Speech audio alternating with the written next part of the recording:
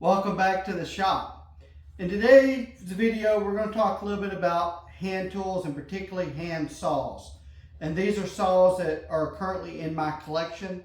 I'm slowly trying to get myself more into traditional hand tool woodworking. And we'll talk a little bit about the saws that I've had previously and then some that I've recently picked up and I plan on using more of in the future. So let's get started.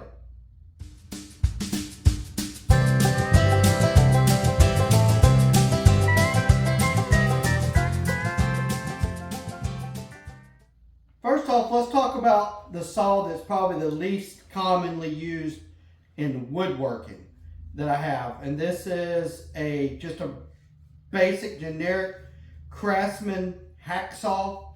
Not too many uses to use it here in the wood shop. This would be more inclined if you're cutting T-track or making jigs, need to cut bolts or whatnot. That's really about the only purpose this saw is going to come into. I've had it for several years, probably 20 years now.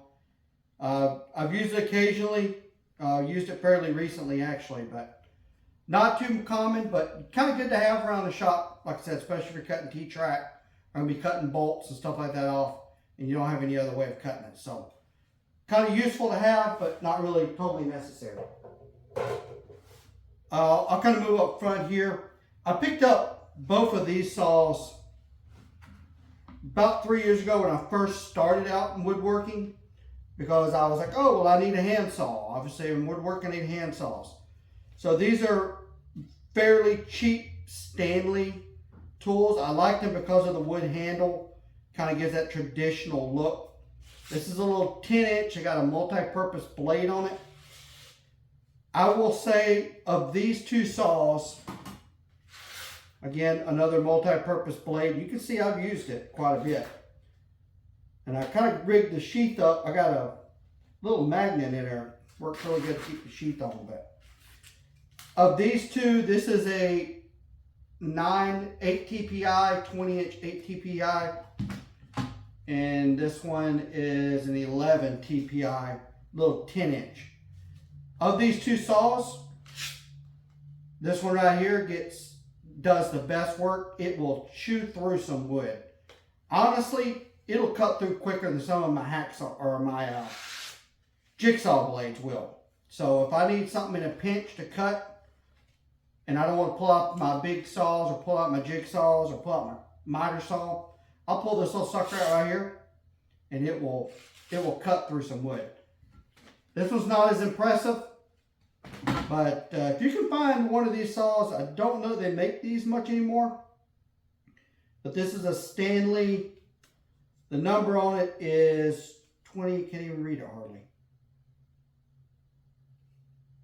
20-221. So Stanley 20-221, 10-inch, 11 TPI little hand saw. Great multi-purpose saw for the shop. Highly recommend this. This one not so much. Kind of nostalgia, but other than that.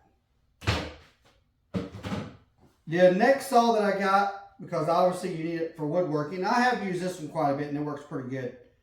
This is an Olsen brand. It's just your basic coping saw. Nothing fancy about it, but it works really well. The blade cuts really well for thin kerfs and making pattern designs, especially if you don't want to pull out a jigsaw or you don't want the noise of the jigsaw. Great little coping saw to have. Highly recommend this one again. It's I believe it's Olsen, if I recall. I think I picked it up off Amazon maybe.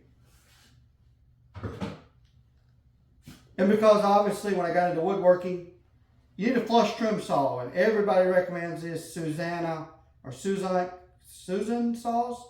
That's a Japanese saw. One side's got a rip cut side, one's got a cross cut. You can tell it's got some rust and stuff on it. I need to clean it up. But this worked out great, or works out great for cutting flush trim. Very flexible. If you need to get down on a dowel and flush trim something up, great tool to have. Great. I would probably recommend, if you're going to get any saw, go ahead and pick one of these up. Pick them up on Amazon. They're fairly cheap. Works great for general purpose use. Like I said, you can replace the blades on them. Good saw if you're just going to have a saw hanging around. Can't say enough about how good this one is. Now we'll get into these saws here that I recently picked up. First saw, we'll talk about the one here in the middle. This is a Diston. It's a crosscut saw. It's called a T1 Townsman. From what I can find, about a 1960s, 1970s. Kind of a homeowner's grade crosscut saw. Diston is a very well-known name in the saw world back in the day. So great saw for the name. This is kind of probably one of their lower end, cheaper homeowner type qualities. You probably find them in back in the day in early Sears and Roebuck type stores.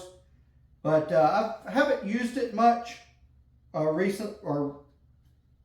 so plan on getting more use out of it. Recently I picked up these two saws from a gentleman, and I'd always had my eye, and this is a Diston D8, kind of the, I don't know, I wouldn't call it the holy grail, but definitely the pride and joy of hand saws if you own one. I did some research on this, basically marking off the medallions. Medallions can kind of give you a date on it. This is one of the latter years, the late 1940s. It's a rip saw. I have used it recently, and it will rip and cut through some wood. Needs a little sharpening on the teeth, but beautiful saw.